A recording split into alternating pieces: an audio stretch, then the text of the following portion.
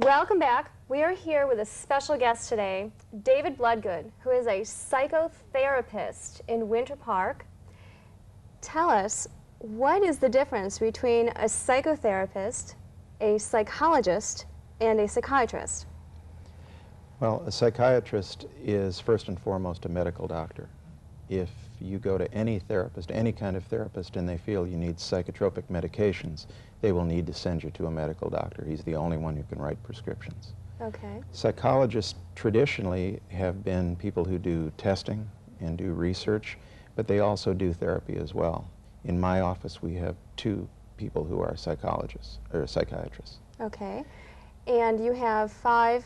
There's a total of 5 in our office. Okay. Each person deals with a wide variety of people. I myself deal primarily with couples and singles. Mm-hmm.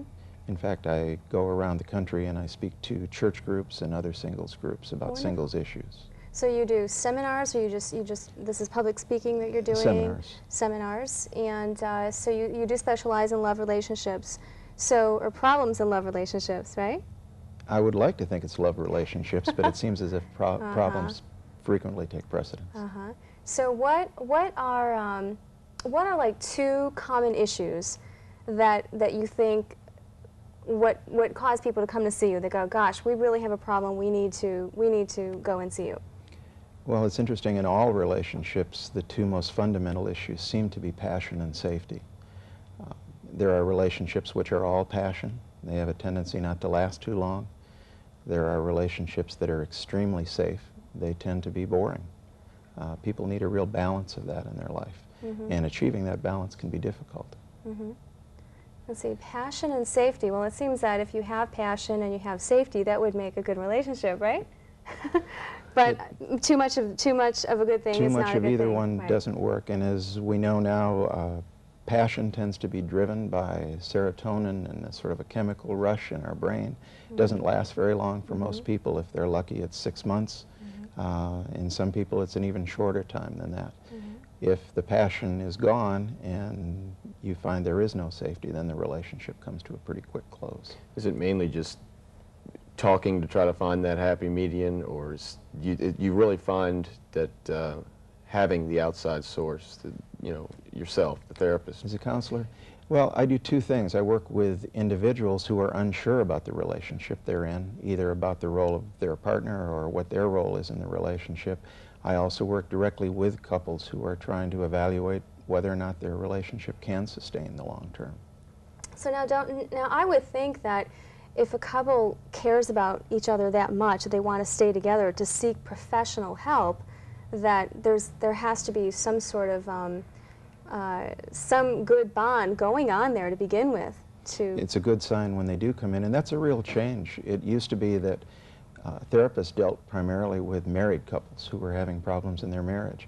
I would say over half of the clients I see now are single couples who may or may not be getting ready to make a marriage commitment, but before they do that, they really just want to examine their relationship, and sometimes having an individual there who can give them an objective view really helps. Well, that's interesting, especially with so many couples now who live together. They do this living together arrangement, and then they think, well, gosh, if we're not getting along right now, maybe we definitely need to go and see a counselor before we get married, because there will be unsolved issues. Well, that's very true, but also many people who are getting along, it's an enormous step to make a lifetime commitment. Although I should say that when people who've been living together for a long time, their relationship dissolves, it's too bad very often they don't get the kind of support and the kind of sympathy that married couples do, and yet there are very close ties that develop. Obviously, if you've lived with someone for a number of years, there's just as much grief and just as much heartbreak when that relationship ends. Do you find often that living together like that dissolves into a sort of complacency? Well, that's that safety issue that we talked about, where it becomes safe and it's content and it's convenient, but it lacks any spark of romance or love. And that's another thing that counseling can often do. It can rekindle that just by letting people rethink and relook at how their relationship began. Whatever brought them together in the first place doesn't die out, it doesn't disappear. It may be masked by problems or circumstances, but that spark of love is still there. I've been reading so much about, there's like typically 3 stages to a relationship. There's the first 6 months, which is the passion stage and all that good stuff. And then they say, okay, if you can reach if you can go beyond the 6 months, then that's beyond the infatuation stage, and then you That's actually right. reach the real love stage. So do you agree with this type of stages to a Well, I do, lasting and it's that relationship? middle stage that's difficult. You know, there's that passion stage is where your partner comes down and eats breakfast, and you look over and think, "Isn't that cute the way she eats her toast? It warms my heart." 6 months into it, you look across the table and think, "If she nibbles on the crust like that one more time, I'm out of here." And that's really when the real work begins, when that passion is gone and Right. you really get to know Right. each other on an Right. individual basis. Well, you start seeing each other without looking through the rose-colored glasses. Precisely. You're going, well, you know, he's really not that cute in the morning anymore, you know? You know, that robe that he wears every morning, you know, it can really get to you, and then you'll start focusing on these little things, and it slowly breaks things away, and then it's, you know, and that's what happens. Well, nature is gracious. It gives us sort of a Novocaine that it injects into our Right. reason and lets us overlook a lot of things that later, when they come to the fore, we think, how could I have thought that?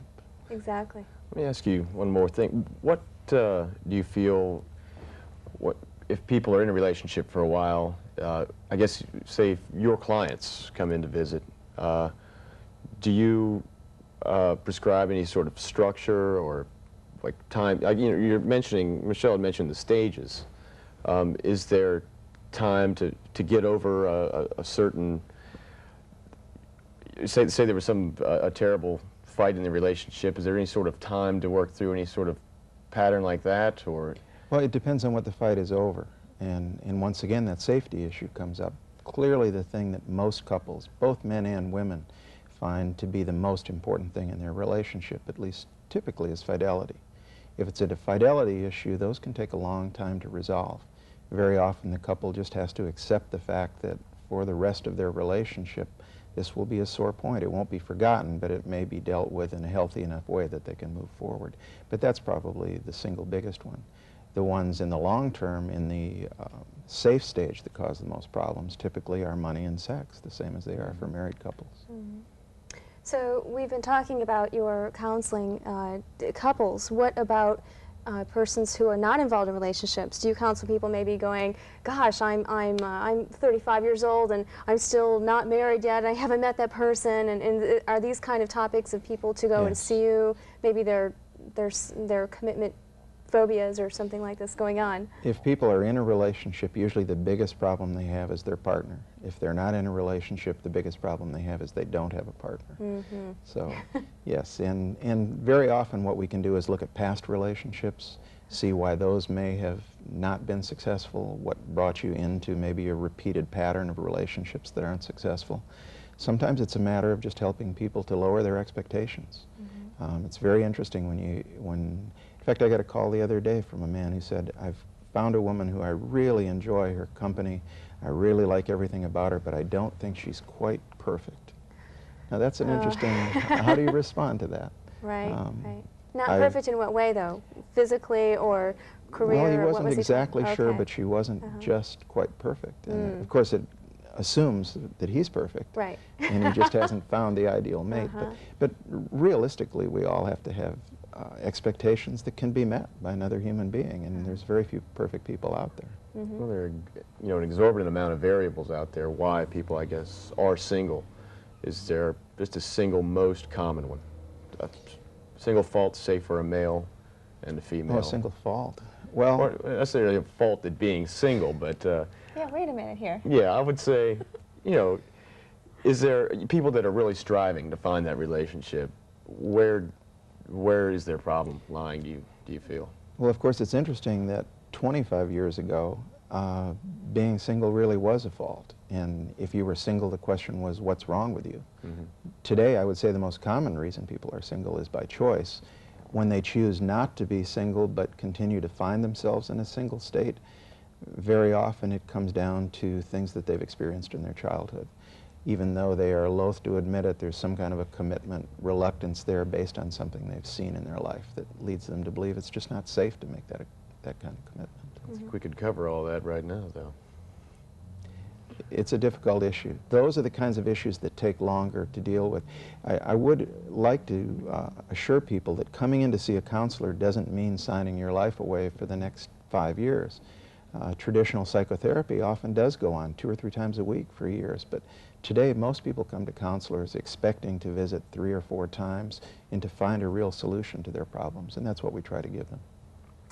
So I know a big question that people always have is, okay, I have this problem, now how long is it going to take until I get it fixed? So we know here that it could take months, it could take years, but generally, how long before someone actually goes through this process, or especially couples, what kind of a process do they have to go to before they go, okay, either we're really not supposed to be together, or let's continue this relationship and make this work? In my practice, one of the things I offer is a 3-session couples counseling evaluation. And that's really all it is. It isn't that I'll solve everyone's problems in 3 sessions, but in 3 sessions we should be able to take a sheet of paper and write down the 3 or 4 most significant issues, what it would take to solve them, and what it would be like in their relationship if those things were solved. Now from that point, very often they can just take that sheet of paper and go home and work on it themselves. In other cases, it's issues that they may feel they need another 3, 4, 6 sessions to come in and really talk through. I have to ask this question. Do you have more female singles that come to you for help, or do you have more males? More females. And how did I know that? Yes. How did I know that? Well, if you've ever been to a singles group, like a church group or something, traditionally there's Absolutely. 26 women and 6 very fortunate men. Right. So, exactly. Well, that's about it. thank you. It's been a pleasure. Thank Nice you. really Thank talking you. with both It's of you. great informing our readers, our viewers over here, of all the great things that can happen to them if they just make that next step and make something happen. It's frightening, but it's well worth the effort. Right, right. Well, thank you for joining us. Thank you. We'll be right back.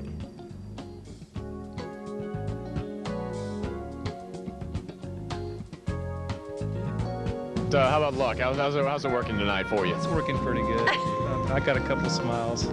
That's excellent. You got a great one from your sister there, too. Cool. Good talking to you. Thanks. All right. Thanks. If you're enjoying the Michelle Valentine show, you will love her new travel TV show, Love, Eat, Travel. Follow Michelle Valentine as she travels the world, showcasing the most beautiful destinations, unique adventures, romantic things to do, delicious foods, and more. Visit www.loveeattravel.tv for more information about an upcoming TV show. Hi, this is Michelle Valentine, and I would love if you followed me on Facebook, Instagram, Pinterest, Twitter, YouTube, and LinkedIn. Be sure to visit my website, michellevalentine.tv, for more information, read thousands of interesting blog posts, watch videos, enter sweepstakes, and more. Also, be sure to join my email list to receive my free weekly e-newsletter.